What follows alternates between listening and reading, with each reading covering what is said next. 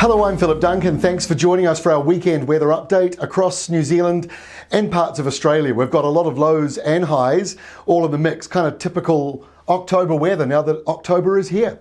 So high pressure kicks off the first of the month for New Zealand, just parked out to the western side. That's encouraging a mild westerly flow across the country, mild for this time of the year.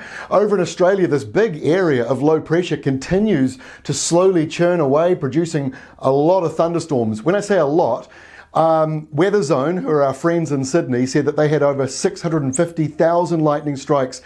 I think it was in 24 hours just the other day. So this is a big low producing some heavy rain for a number of states. So it's good news for the farmers and growers over there, and another low coming into Perth. And yes, New Zealand, this is all coming our way.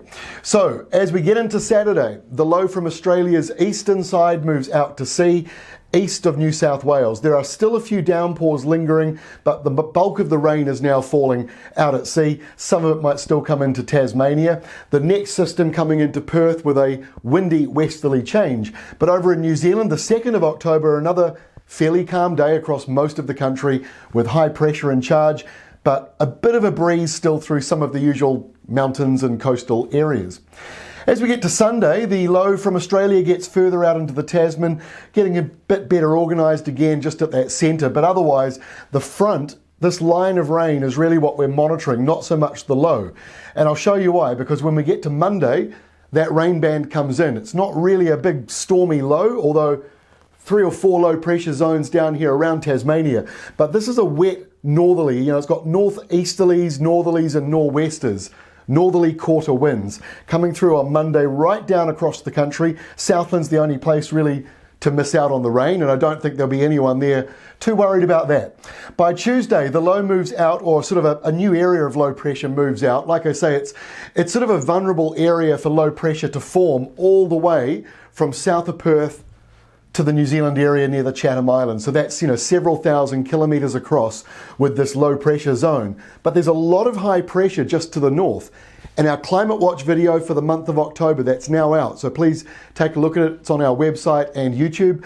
And that talks about these highs, an uptick in high pressure.